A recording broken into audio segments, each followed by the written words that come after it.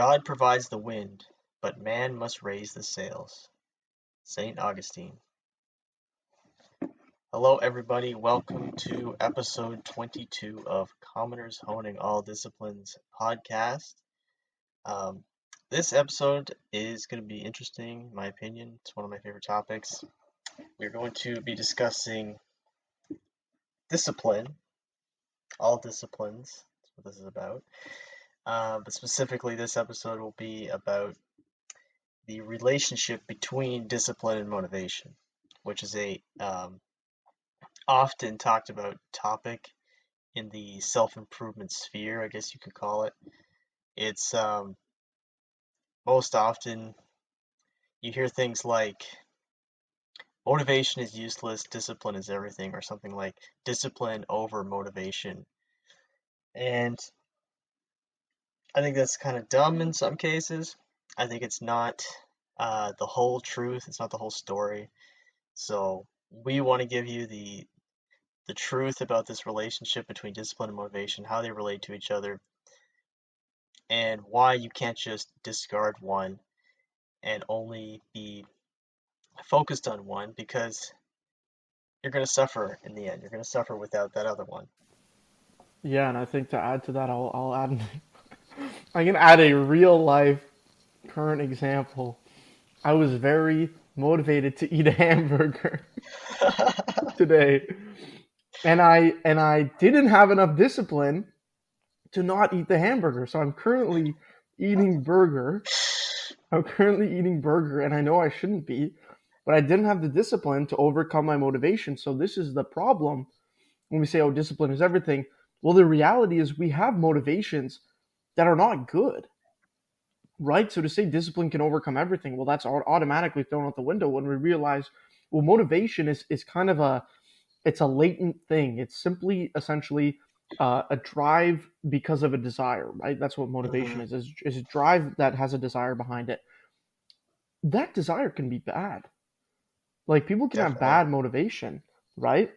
And they may or may not have the discipline to say, "Oh, well, I know this is bad or good," right? So you kind of need discipline and motivation, because if you're motivated, you'll become more disciplined with a certain thing.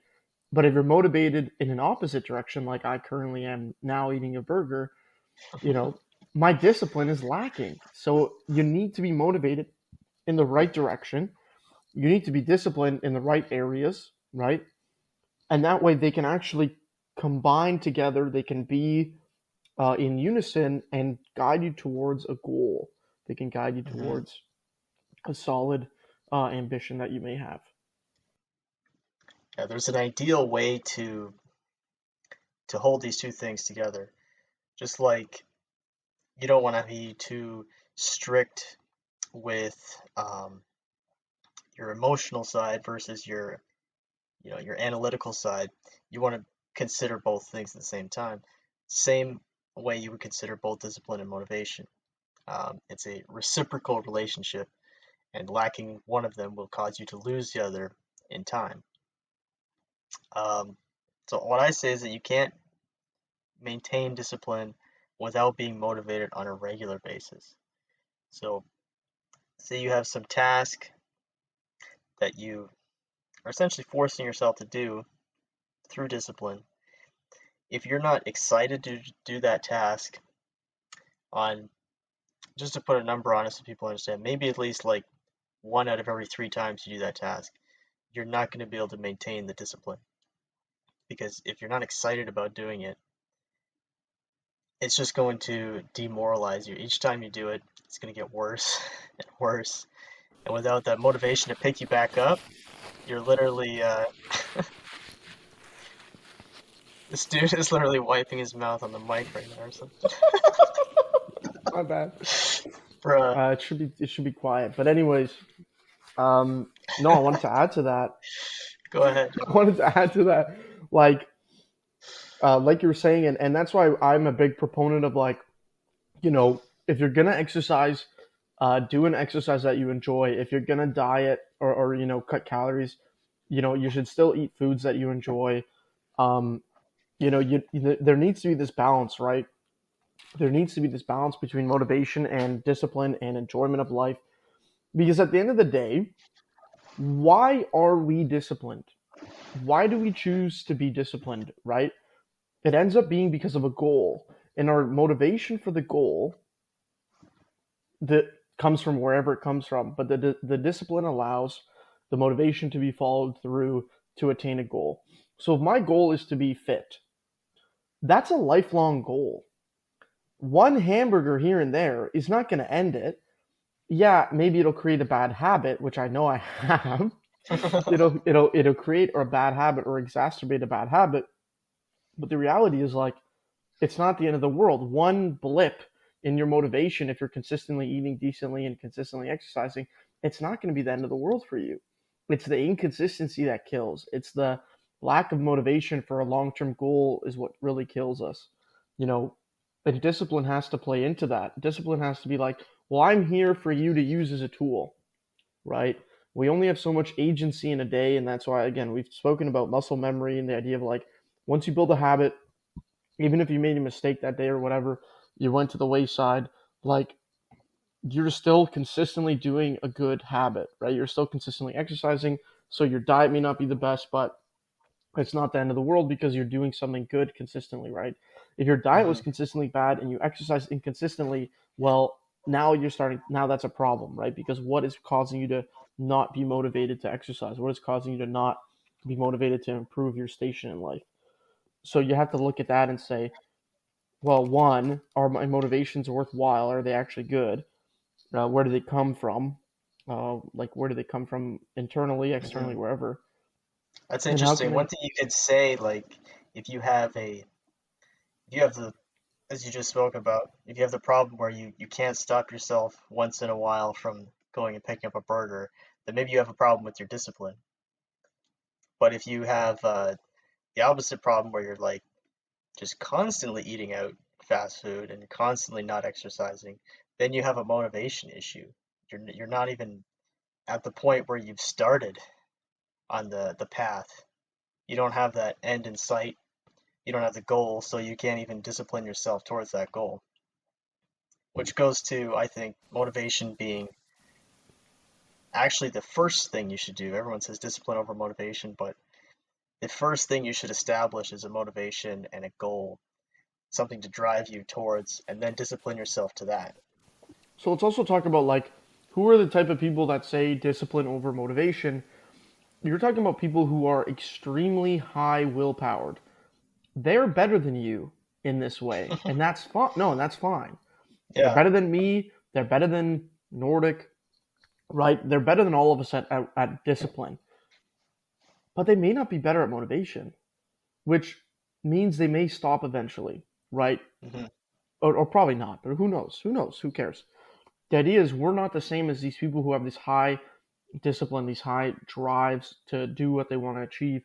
You know, you got guys like David Goggins, who's like kicking ass every day, and he has whatever his goals are. Like he just does whatever it takes to achieve them, and that's fine because his motivations are his end goals, right? He's more on the extreme side. He's so focused on his end goal. He's willing to do anything to get there. He's willing to be super disciplined to get there. Like that's fine. Normal people aren't like that, right? Normal people don't have that drive. They need something to keep them going, right? They need updates. They need changes. They need, to alter their motivations to potentially do something different that's better for them, that's more good, that's more aimed at goodness. Um, so you won't be like David Goggins. You won't be like Jocko Willink, who's like extreme ownership, right? He says he takes responsibility for everything in his life as a leadership style, and it's like that may work for him because such a highly driven individual, highly disciplined, um, potentially highly motivated individual. But it took them a long time to get where they are, right? Like these guys are in their Hmm. 40s and 50s now. They're not talking like this when they're 20. Like they're very not likely talking like this when they're 20, right? Especially in the teens, right? When you're a teenager, you don't know what your motivations are. You don't know what your long-term goals will be, and that's fine. Like you kind of No. got to play around with those. You got to see, what's best for me. What's going to be my driving factor, and it ends up being similar things for a lot of people. Financial stability, being in decent health, getting married, having a kid, having a few kids, probably like these are going to be very similar goals within one another. And then certain things can bring people beyond that point, right? And obviously, people see is it materialism? So, do people want more money? Do they want to focus on that? Is it fitness? Like people get super fit. Is it family life? Right? What's the most good for individuals? Obviously, for me, I know what I believe. I believe it is the family. I think the family is like the number one thing. Family, friends, all the relationships that you have in your life. I think that's the most important thing to me. But that's not the same Hmm. for everyone else. So you kind of have to find what motivates you, pick a goal, and then build up discipline. Like discipline doesn't start again as a teenager. You build it up. You start with nothing, and then you say, "I'm motivated to do this, so I will try this exercise." Maybe you'll hate it, and try it again. Maybe you'll hate it again, and then you can say, "I hated it twice." Maybe a third time, and then I'll try something different. Or you Hmm. just say, "I really do hate this." Try something different right away. Don't be afraid to change up what you're doing if you hate it, because chances are you're going to stop at some point anyways if you hate it. So find a starting point for your motivation, and then from there you develop discipline. Like Yeah. motivation must come first. Discipline is a tool that some people have more of or less of, but everyone can learn discipline. Motivation is a very difficult thing to have. It's kind of not a Hmm. choice. That's Your true. motivations aren't I a wanted choice to. really. Discipline is. That's a good way to transition to. I had a little example to illustrate this. So imagine you go to the gym and you have a particularly bad session that day. So you fail a couple reps, you don't enjoy it, you don't feel strong, and you lose a little bit of your motivation as a result. But since you're disciplined, you show up the next day, and unfortunately, the same thing happens again. You don't feel good, you fail reps, and you lose a little bit more motivation. Your morale is going to waver, and you'll possibly maybe skip your next couple sessions. You'll even wonder like, why do I even bother? If you have a huge amount of discipline, you can get back in on the fourth or fifth day. Um, but you can see how hard it would be to maintain this because our willpower supply is limited. So you can't just keep going back to something you don't enjoy, something you don't want to do, right? With no motivation, you can't just keep doing that forever. Um, Few people, as we've said, have the spirit to avoid quitting if this pattern continues.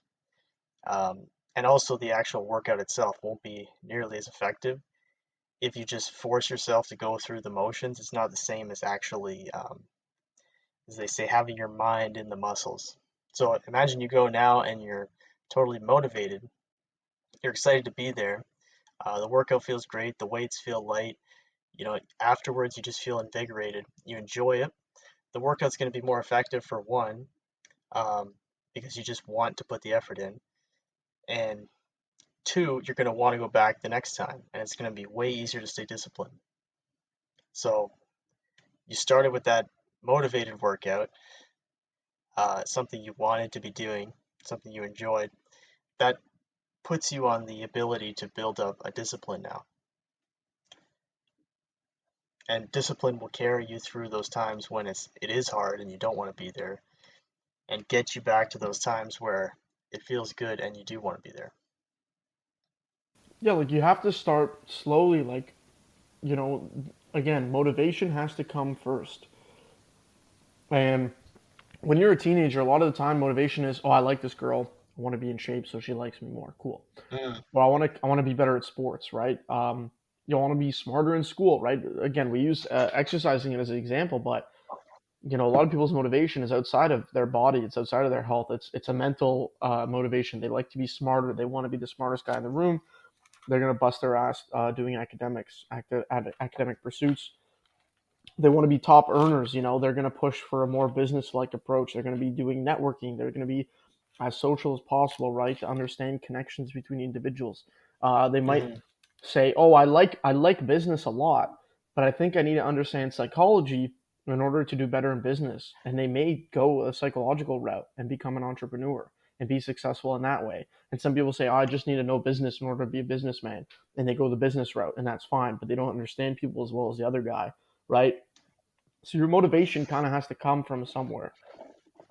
You don't really choose where it come from. It comes from. That's the issue. But once it's there, you know Now you start to build up the discipline and start easy, right? Like a lot of people want to kill themselves when they're in the gym the first time. It's like, why, dude? Like you don't even know what you're doing. You're gonna bust your ass for what? To kill yourself? To pull a muscle before you even started? Like, no, man. Start slow. Take it easy. Take your time. You're in it for the long haul. You know, especially if you're a young athlete, like you don't want to kill yourself like that. Yeah, they say the people that actually can be consistent like right off the bat are more successful in the long run. So instead of like over analyzing before you go in and say, what's the best workout program I can do? The more successful people just go in and just try stuff just to have fun, just enjoy themselves. And once they start to enjoy it, then they start looking at, so how can I optimize this? Like, what's the best program I could be on? What's the best way I can optimize my diet? And then they're more successful in the long run simply because they built the habit first. They became motivated first. That's kind of the main thing we want to drive home. You won't maintain discipline if you can't motivate yourself the rest of the time. Yeah, like I love food. Okay, I love food. It took me. You're laughing. It took me a Uh, long time to figure out what the best fast food restaurant was for me, by my house, whatever. It took a long time. It was grueling. No, I'm kidding. It was easy as shit. the But the reality is like, even in the struggle little is things, real. even in the little things that you do, even in the bad things that you're motivated to do, you kind of learn what works for you. Like I fucking love. I'm not gonna say the restaurant, but I love a specific restaurant in my area. It's consistent. I know what I want every time I go. You know, and I'm motivated to get fast food. I have the discipline. This is such a bad example. I have the discipline to choose this specific fast food restaurant. I go, yeah, sometimes I like the other place, sometimes I like this place, but this place I know is the best. I know it's going to satisfy me the most out of any place. So I'm going to go to this place every time. No BS. It's consistent. It's good. It's not good for me, but it tastes great. I can do what I want with my meals. Like, you know, figure out a way to make that work in your own life, right? What motivates you? What gets you up in the morning? And that's more of like a purpose based thing. But again, feel free to start small. You know, for high school, it can be tough figuring out what I want to do with my life. Well, that's fine. You don't have to figure out what you want to do with your life. You can say, I'm a decently smart guy, so I'm going to take all university courses, whatever, all highest level, like a decent high level course, right? I'm not going to Mhm. kill myself and go into like the AP program, whatever. This is more of a Canadian thing, but essentially, like, there's a higher level that people can do in high school that's not necessary to graduate. It's not necessary for university, and universities don't look at it. So it should not be Mhm. taken seriously. It just means these kids are a lot smarter than you in a certain subject, and that's fine. Like it doesn't really matter that much because at the end of the day, book smarts are only so good to get you a piece of paper. Once you get the piece of paper, it's you know dog eat dog world. The best of the I best mean, I'll just succeed. say I was in all AP, and I'm at like room temperature IQ, by the way, so it's not that hard to get into. I'm So just see, saying. if you have discipline, arguably you can do it. And I remember in grade 9 and 10, I would kind of sleep in class and get 90s because like the material was a big joke to me. Hmm. Um, you know, and then grade 11 came and I kind of stopped trying. Even then I stopped trying and I had more problems, right? Because it changes and I wasn't willing to rise up to the challenge and that affected my life and that's fine, right? It is what it is. Everything happens for a reason. You're gonna cry over spilt milk. Well, good luck surviving this world, man. Yeah. You adapt and you change and you do what needs to be done. You find new motivation when the old motivation fails. Like that's the reality of the situation. And that's there's a discipline in being willing to look for motivation. Like it's kind of like when you're lacking motivation, discipline makes up for it. Like you were saying for the workout example, when you don't have the motivation to do it, the discipline makes up for it. When you have the motivation to do it, you don't need the discipline as much. You can kind of save it up, almost Hmm. like you get less exhausted, right? The discipline It's a good way to put can it. is pretty exhausting, right? You can save up that tool for later, right? When you're like, oh, I kind of and again, we talk about the decision making process and building habits. If you have good habits, you don't really need to do too much to continue those good habits. Like I brush my teeth every morning and night. It's a simple habit. It's a good habit. Hmm. It's Like, automatic. but it's automatic. Even when I'm like, oh, I don't feel like doing it right now, because it's like whatever. I just want to go straight to bed, right? Well, I know I Hmm. should do it, so I end up doing it. My discipline kicks in, right? Rather than the motivation to not have stinky breath, which is a pretty good motivation because, as we said, he who be stinky, getty no bitchy. Um, so, have good smelling breath, and the motivation is that people will not hate you. That's a pretty good motivation because, again, if your relationships are the number one thing, well, you want to look good, smell good, feel good, so you don't have shitty relationships, right, with yourself or Hmm. others. Absolutely. It's almost like motivation is something you have to find within yourself. You have to look, like, seek it out, and then you'll find it. But discipline is something you actually have to create. Um, I don't know if it's possible to create motivation. I don't think it's possible to create it out of absolutely nothing. Like, you always have to have, it has to be something within you, like a desire, and then you kind of convert it into a drive to go do something and make that drive more noble by using like higher intellect, like take your base desire and convert it into something that's motivating you to do something better. Um, one thing I wanted to list off here, we had a couple ideas. What are some ways you can actually like stay motivated or ways you can seek motivation? And maybe like we can personally share how we personally stay motivated. Just to list a few, or if you want to go. Sure, I'll go first. So one thing that really motivates me was the fact that I used to be a fat loser, um, like a very fat loser. Now I'm just a loser. I'm a little less fat. Um, Oof. no, I'm kidding. I'm kidding. That's negative self-talk. I don't do that shit Do anymore. That's not, a big no joke. negative self-talk. No negative self-talk. I Bad. simply am who I am. There's things that I can improve about myself, and I choose to improve those things.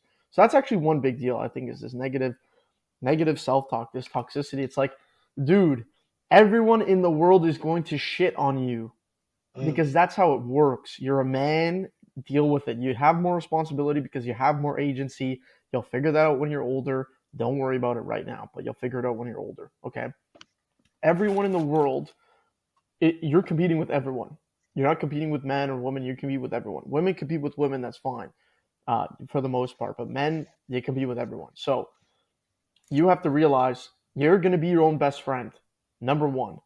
So figure out how that works for you and how you can essentially speak with yourself or communicate your thoughts to yourself in a way that's like, how can this be useful to me? So me eating my little meal here, does that ruin like a year's worth of exercise? No. no. Not even close, man. Not even close. You're The good. next You're day, good. the next day I'll be like, okay, you know what? I have to eat a little bit healthier today. I didn't eat the best yesterday, and that's fine. You balance it out. You get back on track, and you don't hate yourself for these little mishaps that occur.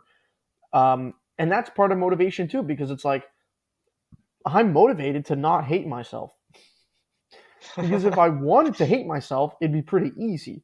I know me best. I know my flaws. I could just crap on myself all the time. But where does that get me? Does that make me better? Does that make me better in my relationships and with the people that I love? No, not even close. If anything, it pulls me away from them because I'm too absorbed in my own self pity. I'm too absorbed in my own bullshit, right? Don't be like that. Just say, I made a mistake. Today, I made a mistake. And that's Hmm. fine. And tomorrow, I'm not going to make a mistake. And that's it. And you can even not look at it as a mistake. Like, oh, it is what it is. It happened, and that's fine. And I'm okay with whatever happened. And move on. Like, the acceptance Hmm. of your own failures is like vital for survival, I think, in a modern world. The idea that people will be more successful than you, the idea that there is bigger fish, regardless of the size of the pond you're in, there's always a bigger fish. That's fine. That's good. But only you are you. That's the reality. Only you have your Hmm. motivations, experiences, discipline, trials, suffering, you know, uh, good things, bad things, strengths, weaknesses. It's all only your own. And you can relate to someone else's, you can relate to ours because we're men. We've had similar potential struggles, right? Struggles with women, struggles with fitness, struggles with success in terms of financial success, struggles in terms of our family lives. You can find things that Hmm. are in common with people, but the reality is at the end of the day, you are you. You end up living your own circumstances out. And it's important to be principled because you're going to live out circumstances. But at the end of the day, it's still your circumstances. So you have to see how your principles apply to the circumstances that exist in your life, not change them, but to figure out how they actually work. And for me, that was always a motivation to be like, I want to live by a code. I want to live by a certain set of rules, a certain set of Hmm. rules that I believe in. I think are good, that are the supreme good. They're part of the highest good, right? And I believe that's the best ideal for that right now is Christianity. And I don't think that's going to change for a very long time, if not ever. So I live by that set of ideals. I do personally believe in God. I do personally believe in the rules themselves. But let's say I were not to, but the idea is philosophically and pragmatically, it is one of the strongest and most successful in all forms of any sort of religion or philosophy. It is one of the most successful. So I'll still True. live it out even if I didn't believe in it, right? And that's a choice. And that's a choice. And I'm motivated for that choice because I know the potential of success that it can have, right? And then you become disciplined in it. You say, well, I'm going to continue living by these rules. I'm going to continue being better in my faith. I'm going to continue increasing myself through that lens, through the lens of Christianity, and see how that works for you. And unfortunately, because it is a faith, people stop believing, and that's fine. That's their prerogative. All our job is to do is to plant seeds in ourselves, in others, is to help them have the potential to grow and leave the rest up to God. But that's a whole nother story. And I didn't mean to go off on that tangent, but the reality is No, like it's good. you choose you choose what your success is. And for me, success is love. Is how can I love the greatest with my own abilities? And for a lot of people, it's not, and that's fine. And you can't change that. They have to choose that, right? But you don't. It didn't start with love. For me, it didn't start with love. Love, the idea of growth and change, and the improvement of myself and others. It usually starts with pretty selfish things. It starts with like wanting to be fit, Hmm. wanting to be smart, wanting to get money, and that's good. And that's part of the good. You're aiming higher. There's always something good about aiming higher. How you go about doing that becomes the question, and that's when principles come in. That's when principles should overrule circumstances. And that's when Hmm. discipline, which you've trained over years to overrule circumstances, because you said, I know for a fact that these principles that I live by are better and can overcome circumstances that I have. And I must choose through my motivation to live by these principles, which is conviction essentially. Through my convictions and discipline, I choose to live a certain way. As hard as that can be, I've already made the choice, so I'm simply going to live it out. Whatever happens, happens. And this is like number one most difficult thing to do ever. I'm still not there yet fully. Many people I know who are Christians or non Christians who still have a high aim still aren't there, may never be there. But the point is, you have the highest aim, you won't really fall that short in general. Hmm. That's a really good point. And yeah, it was a good tangent because one of the biggest motivations that anyone could have is religion, and that's one of the ones I was going to say is devote yourself to a higher cause. Um, whether that's Christianity, I know for both of us it is, but you could seek a different higher cause as well. That's probably fine if that's what you choose. But just the idea of having something bigger than yourself, and even if it starts with something for yourself, like just being fit, um, then that could change later. Like maybe you just wanted to look a certain way, but now you're in the gym, you realize you're getting stronger, and then that actually helps you provide for your family more. So then strength is a good thing in that sense because now you're a little more altruistic, you're a little more for someone else um, rather than just for yourself. And just generally being white-pilled is a good way to stay motivated, like believing that everything is going to be fine in the end, everything is going to be good. Um, if you believe like the black pill, like I don't think we have to define these terms. I think everyone just understands them. But basically, if you're black pilled, you don't believe that there's any good outcomes anymore. So there's no point in trying. So you're never going to be motivated.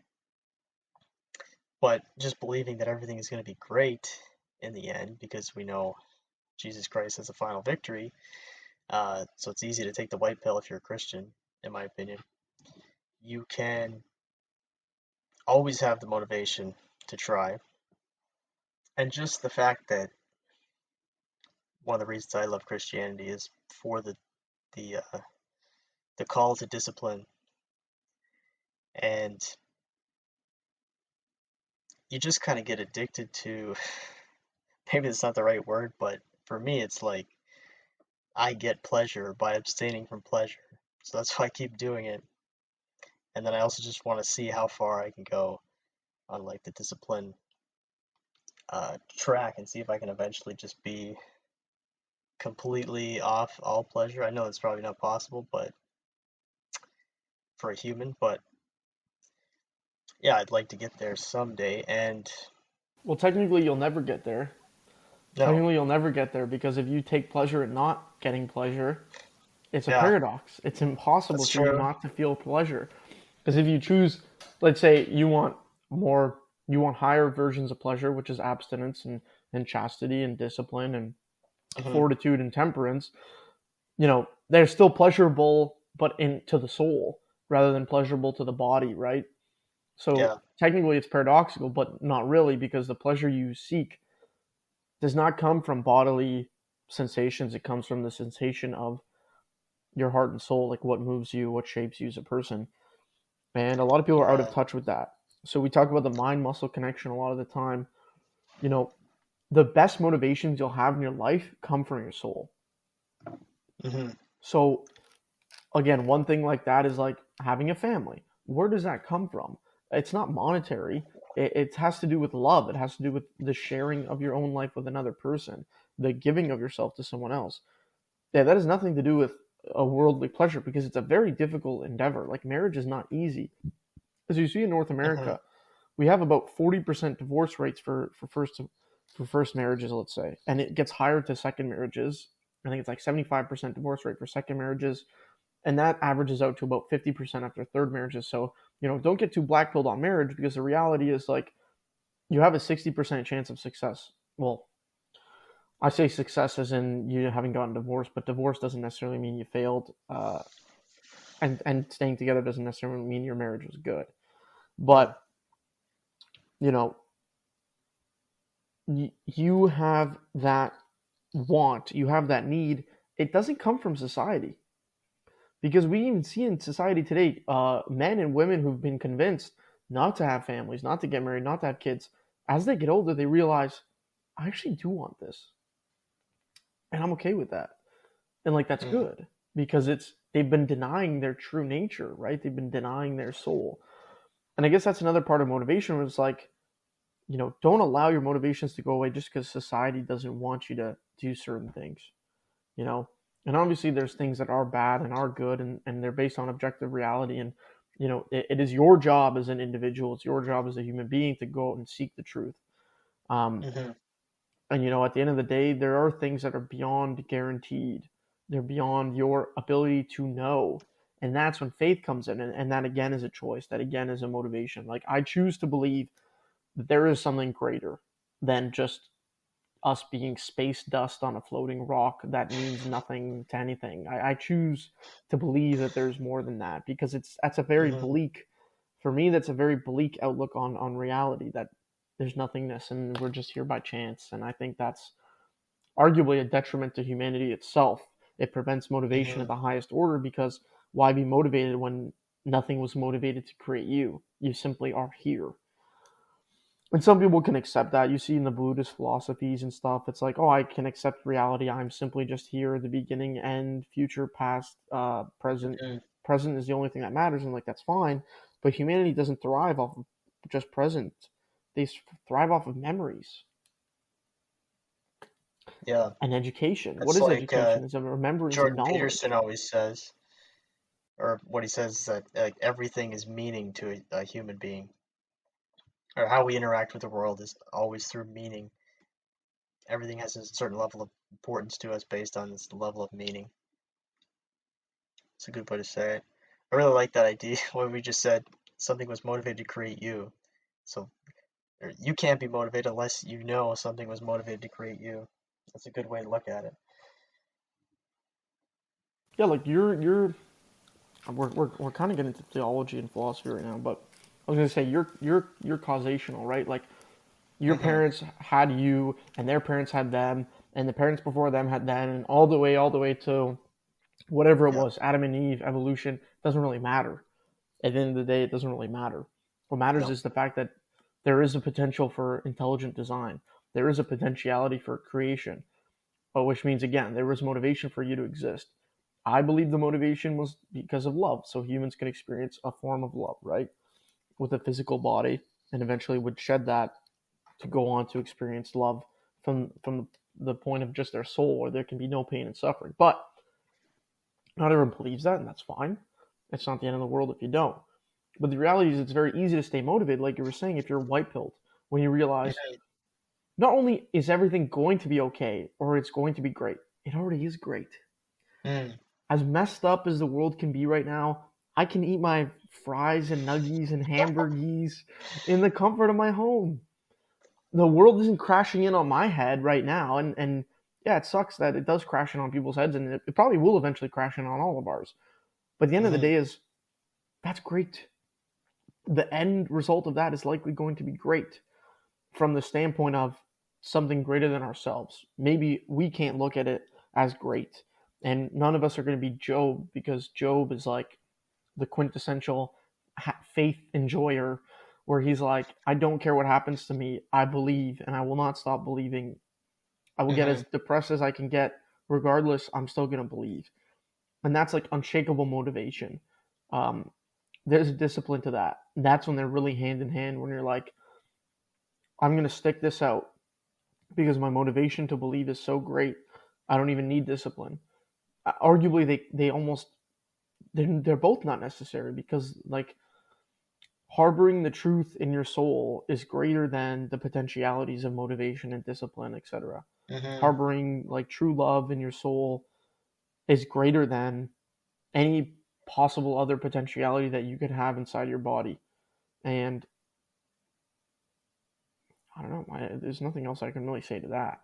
But again, this is Fair about enough. discipline and It's motivation. interesting. These are earthly things. We're talking about earthly things. This is an earthly podcast because we're on Earth. This is not a heavenly Are we podcast. We're though? not in Are we? heaven. Are we on Earth? We are I'm on Earth. kidding. We could be in hell actually right now, and it's not so bad with the fries and nuggies, to be honest. But no, we are on Earth. So stay grounded, stay Hmm. humble. Stay humble. Speaking of just to close off that section, just wanted to couple more small tips for being motivated. Um, Reading like classic uh, literature, like epic ancient stories and stuff like that, is a good way to be motivated because you can read about these values. Like biggest example is probably Lord of the Rings, and you can see these real heroic values represented in great stories. And then taking those archetypes, you can embody them within yourself. Tolkien's one of the last um, authors who wrote like really good stories with actual characters that were wholly good and wholly evil, not this anti-hero stuff that basically every story is. Every movie produced today, it's always like, oh, the guy's a hero, but he's also got a dark side, and whatever. Maybe that's more accurate, but when you hold up an ideal for people, I think it's more powerful in terms of motivating internally. Like how should you be? You should be looking up to this ideal. Um, and yeah, like listening to epic tracks of music can also be another highly motivating thing. Just for maybe you haven't listened to that, like what's it called? Like the genre specifically is like epic orchestra or stuff like Two Steps from Hell. If anyone wants to look that up, I listen to that a lot, and it's very motivating. Yeah, so I think we'll get into actual tips how to actually stay motivated, how to actually stay disciplined. So, like we said, you need to create goals for yourself and you need to start slow. So let's do an actual order. We're going to do an order of operations of how to stay motivated, or sorry, how to get motivated, how to stay disciplined in that motivation and continue forward in consistency. So let's Hmm. get started. 1, write. You need, not want, not, no. You need to write down your goals. You need to write down what you desire, what you want. Major It's, it's, key. it's a major key. I don't care if you write it in a note. I don't care if you write it on your little reminder app on your iPhone that says, want to be fit. I don't care. I don't care how specific it is, how vague it is. I don't care where it starts. I don't care if you write it in it tomorrow or in 1,000 days from now. You need to write it down. You need to make it clear to yourself what you want. And again, it can be vague, it can be unspecific, it can be very specific. It doesn't matter. You need to write it down. You need to create a tangible thing you can look at and say, oh, this thing is what I want or wanted, and you can change it. That's fine. But you need to Hmm. start somewhere. You need to start with a foundation, and the foundation can be anything, and that's fine. Right? So start with exactly what you want. And then create small steps of getting there. That's all you have to do. The first thing you ever do is know what you want, or know what you think you want at the very minimum, in a vague or specific way is up to you, and then write down how you think you could get there. So obviously we talk about fitness, but I want to go off track here. I want to say I want to be a lawyer, for example. I want to Hmm. be a lawyer. Oh, I'm in high school. I'm in grade 10, let's say. I want to be a lawyer. What does it take for me to be a lawyer right now? I need to get good grades in school. Okay, cool. I need to have stress management. This is a little advanced, but I need to manage my stress such that I can get good grades in school. Okay, true. I need to have a decent family relationship such that I can get good grades in school. Okay, good. So now we're ordering the the necessities of each little goal to achieve our major goal of becoming a lawyer. Hmm. You know, I want to some ways I manage stress are doing physical activity. So maybe you want to do a sport that doesn't involve your hands because you need your hands to write and type and do lawyery things. You don't really need to walk necessarily to be a lawyer. So maybe you choose to play soccer as your stress management coping rather than rugby where you will break fingers. I promise you, you will break fingers. In hockey, you may not even break fingers as much unless you fight. And again, Hmm. that's up to you. But like be smart about it. Just think a little bit about what your goal is. Well, I want to be a lawyer. Well, okay, cool. So what does that mean? That means I need to have good grades. That means I need to communicate well with others. So if you're not the best communicator, learn how to communicate. Make that a priority. Learn how to communicate things in your relationship. Law does a lot of interpretation of logic and rules. Learn other rules. Learn how to interpret rules. Learn how to interpret circumstances based on rules. Learn logic. Maybe you can utilize philosophy for this, right? You can utilize more abstract, like, well, I wouldn't call it social sciences, but like more abstract concepts in order to learn how to articulate things better, in order to learn how to Yeah, decipher things. learning psychology will help you analyze yourself, understand your own mind, and then you can better better set your goals and then better go after those same goals. The main goal is like an umbrella, like you said, and then all these other goals come down from it, and they might not even seem related at first. Like, how does uh, having a better relationship with my family relate to becoming a lawyer? But like you said, it's all about managing your stress so then you can get good grades, so then you can get into school, so then you can be a lawyer. But you got to think about all those steps in the long run. and even if you change it, maybe like a couple of years down the line, I don't want to be a lawyer anymore, but you've already fixed a lot of these issues that you had, and now you're getting better grades. You've opened up more possibilities for yourself that you can now choose from.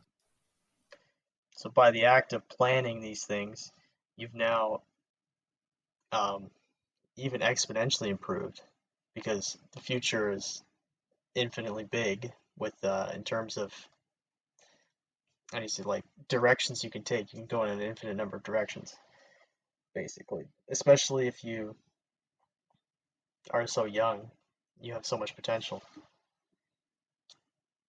which makes that a good example. And now I'll also add a tip that I think is very important. If our goal is the umbrella and everything underneath it is things that help to achieve said goal, what is the rain? The Mm, rain is the bullshit. It's the distractions from your goal. It's yeah. you're in high school, going to too many parties, and again, stress management, going to enjoy things with friends is a big deal. But going to every single party is not a necessity. You have to realize that that is a distraction. It takes you away from your potential goals. You know, overly drinking, overly eating, um, overly, you know, or doing drugs, really. Like, all these things are distractions. You know, too much, dealing with too many women, dealing with women inconsistently, Mm, having women as your main source of value for yourself. So now that's another thing we have to add under the umbrella. I want to become a lawyer. So what brings me the most value is my potentiality to be a lawyer, right? It's from my good grades. It's from my relationships with others. It's from maybe having a more consistent girlfriend because that way you can manage stress in an easier way because you only have to deal with one relationship rather than multiple if you're still trying to get with women or none at all, right? Like mm, it's that's a potential choice for you, right? Like you are very likely if you're listening to a podcast, you're a young man, you might be in college or high school. Chances are you're a young guy. You don't need to have a mm, girlfriend at 20 or 22 or 23 or even 24. Maybe you might start looking when you're at 26 when you say, "Oh, you know mm, what? I've actually been able to have kind of a good starting point in my career. Now I can start being more consistent with a woman, with a specific woman, right?" And then that's not to say to be promiscuous in your early age, and that's not to say not to date either in your early age. You might date not for the purpose of marrying, but to understand yourself better, to understand what you want in a mm. relationship better, to understand women a bit better, to experience certain things that you don't want to experience with random fucking girls. Um, there's a lot of reasons. There's a lot of reasons to date. I obviously for me, I'd only date for marriage, so I would not date anyone I couldn't potentially see marrying. But again, you can still do the same thing and get experience from one or two or maybe even three different women potentially as long term partners, right? Or just going out on dates with girls and being like, oh well, I don't like this about certain women. I do like this about certain things. So I'll look for again, you add to this umbrella, right? This it's infinitely long, but it starts somewhere and it covers yourself from the distractions. So, Interesting.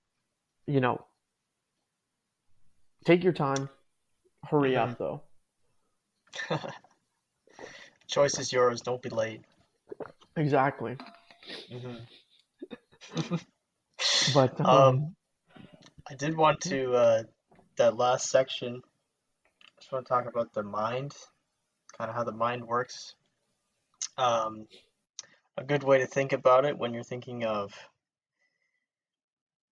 discipline. Um, basically, the mind is three different levels.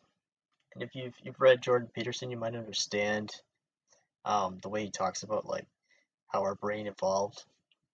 So basically, you start with the lowest level, which is the reptilian brain, as they say, because it's um, the oldest part of the brain. Is basically motor functions, and it's what causes you to have um, your base desires, like for food and for lust. And then above that is the mammal brain, monkey which brain. controls, yeah, basically it's emotion. Mammals feel emotion, but reptiles don't. It's a good way to remember it. And then above that, in the highest portion, on basically the top of your head, is the neocortex, which is where all the thoughts happen in the human brain. It's all the actual thinking gets done. This is what basically separates us from the animals, is that we can actually have these higher thoughts and have reasoning. Um, and it's really interesting when you think about like how we have brain scans and we can actually see what parts of the brain do what, and then it actually fits right into the hierarchy that the lowest part of the brain is what controls our body and our base desires, then the middle is emotions, then the very top is reasoning. Hmm. Um, so these three parts of the brain represent, from top down, thinking, feeling, and acting. And in classical philosophy, um, basically what they came up with was the mantra, as I think, so I feel, so I act. Um, so you can take this away. When you have these impulses to do some kind of action, it's better to run it through this process, think about it, feel the emotion from it, and then act. Hmm. It's the best way to filter out impulsive actions and things that you maybe shouldn't be doing. Think about it first, feel it, and then take the action if that's what you want to do. If you've already decided to do it based on your um, neocortex reasoning.